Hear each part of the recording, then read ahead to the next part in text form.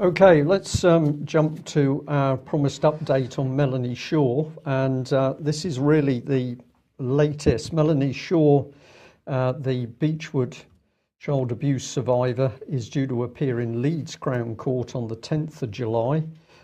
She's going to face arson and sexual assault charges, and these alleged offences were, of course, carried out in prison.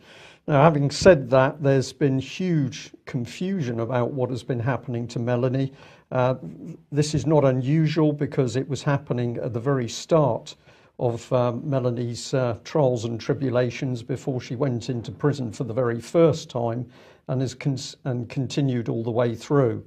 But on yesterday, so 2nd of July, let's have a little look at what we can report on that. So this was a hearing which was not posted publicly until a few days before. Now, that can be normal, sometimes it's not, but the pattern with Melanie Shaw is usually postings publicly of her hearings have occurred very late, if at all.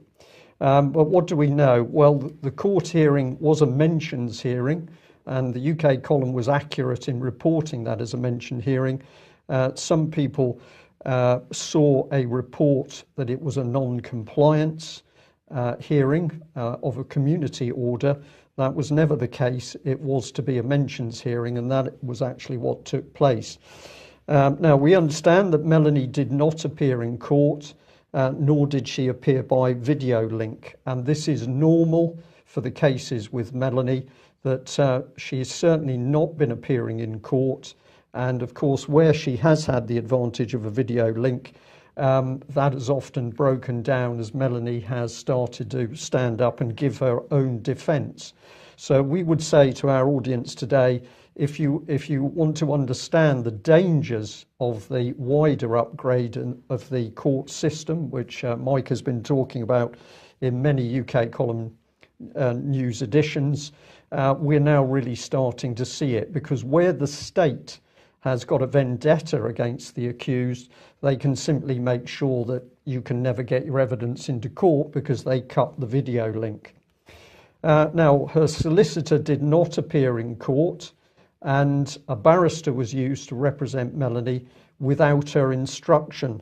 Now, this is where things get subtle, because I have to say at the moment, I'm not able to release all the information that I have. That is for Melanie's protection, but the fact that her solicitor did not appear in court, there's not necessarily anything to read into that. However, that a barrister was used to represent her without her instruction, we find very strange. That is as much as I can give on that. We may be able to report more in the coming days. So Melanie is currently on remand in HMP Style. Remember that this lady has now served over 2 years in prison, and at least 18 months of that time, possibly nearer 19 months, she spent in solitary confinement. And remember that Melanie is a child abuse survivor.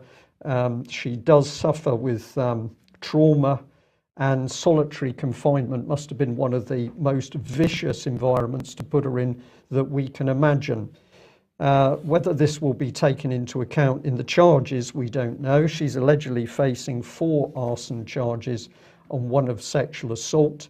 What I can say is that at the time these charges were created, Melanie was able to say to some of the people in communication with her that she was facing extreme bullying inside the prison. She was fearful for her safety, and she frequently talked about being put in a situation where she felt she was at risk of assault certainly by I'll say overzealous warders, but also by some of the other inmates. And the cases date from 2017 and also 2018, but we understand that some of the original 2017 charges have been dropped. So how can we sum this up? Well, we can best sum it up by saying that it is remarkable that in Theresa May's Conservative Britain in 2018, an extremely vulnerable child abuse survivor is not only kept in solitary confinement and brutalised in a series of British prisons. But when her case goes to court, we suddenly end up in a black hole where the video links don't work or the public notices are not posted on time. Well, is there a reason for this? We think there is, but let's have a look at some of the evidence that other people saw. This is a report that several picked up where the day was listed as a non-compliance hearing. So where this came from, we don't know, because it was clear via the legal teams that this was to be a mentions hearing.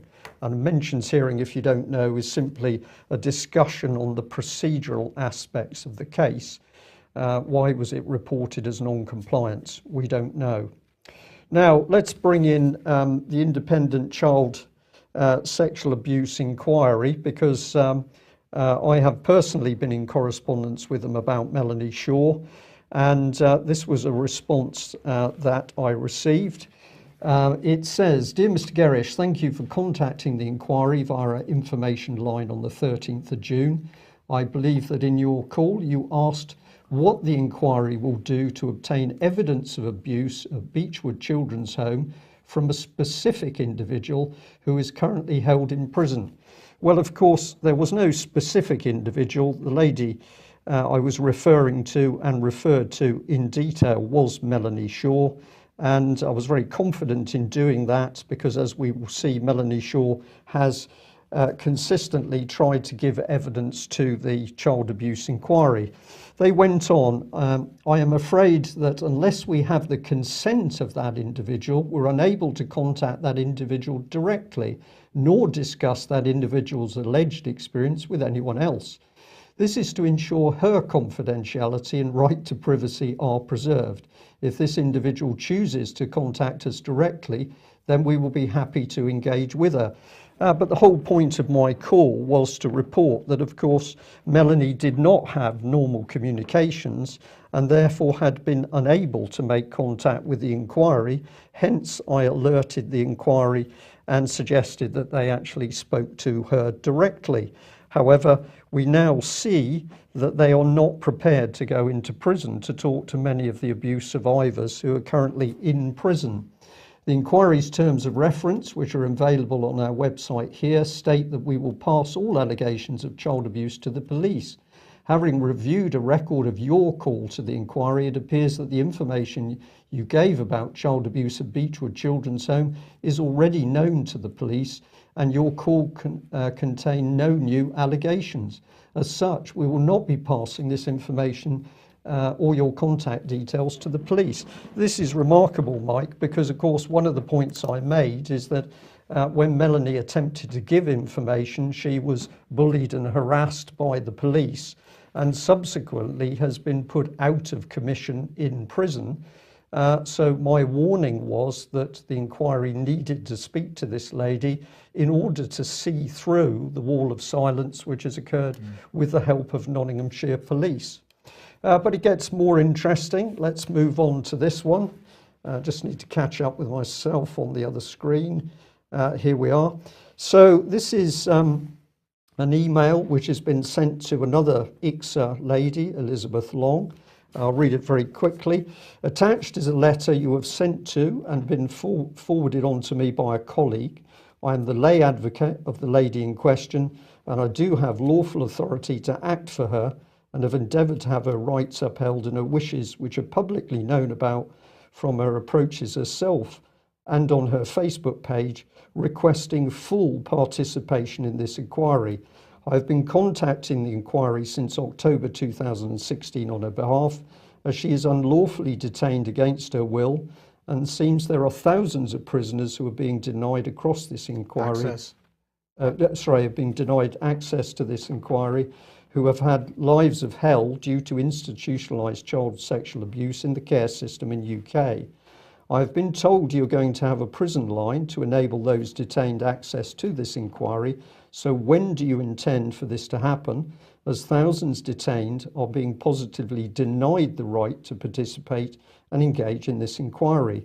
On her behalf, I was due to be visited by an ICSA individual an inquiry manager from Exeter last August, and I am still waiting. Likewise, my calls to you from October 2016 and August 2017, when I request copies of them under GDPR A15, seem to have disappeared. When are you going to do as you claim and allow the real victims of CSA access to this inquiry so their voices are heard and form part of it? You do have the consent of this lady who requires access to this inquiry. If it continues to be denied, her situation will be made public of your denial to allow her participation and the bringing of this inquiry into total disrepute. I look forward to hearing from you. I myself contacted the inquiry 11, 13 and 18 of June 2018, and once again still no courtesy of the promised return call or response. Why is this? So Mike, it's becoming very, very obvious that the child abuse inquiry does not want to speak to Melanie Shaw. We say that this is because of the very detailed information that Melanie Shaw holds, and of course Melanie showed very early on that Nottinghamshire police were not investigating the Beechwood case properly. Well, here is the evidence that Melanie herself was very keen to speak to the inquiry. So part of Facebook posting, and it says here, "I'm coming to see you, Dame Goddard. My MP, the ex-Shadow Chancellor's Chris Leslie, contacted you for me, and PCC Paddy Tipping also did on my behalf and request, and you can't be bothered to get back to me." Same message, Mike, isn't it? Same message. "I'll come to you then. Your expenses pay my hotel and travelling to London and meals, though if I'm coming to you for constructive talks. Look forward to seeing you." So Melanie herself declared publicly that she needed to speak to the inquiry, but the inquiry tells the people that are saying to the inquiry, "You need to speak to this woman." The inquiry simply says, "Go away." Well, we have a little bit more, but we keep it very short here because this is part of a communication with the inquiry about missing information.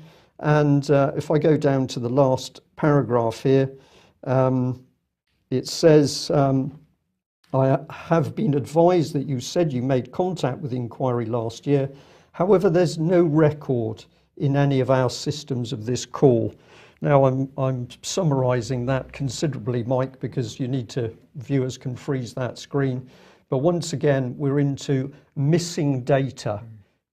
We don't know who called. We don't know what happened to the phone records. I think we've seen all this before. And I'm not alone in warning about what's happening with this lady. And I just wanted to say thank you very much to the person, sorry, that should be about, beg your pardon, a small typo there. The lady who produced this leaflet, which was sent to us, we received it this morning. If you freeze it on screen, you can read it, but somebody has taken the time and effort here to try and put together a short, concise summary of what's happened to Melanie Shaw. We will continue to report, but I think we have to say the evidence is growing that the independent child abuse inquiry in England and Wales at least is disingenuous, a sham. We're not too sure between those two, but we're going to continue to expose what's happening. And of course, while Melanie's stuck in prison, it's very, very difficult for her to pursue her rights. Well, they've got her completely pinned down, Mike. So she goes through the abuse. You set up a national inquiry to talk to abuse survivors, and then you make sure that Melanie Shaw can't speak out. And why do we think that is? Because Melanie Shaw's information not only includes abuse of children at Beechwood, but also in a wider capacity, and again brings in the British political establishment.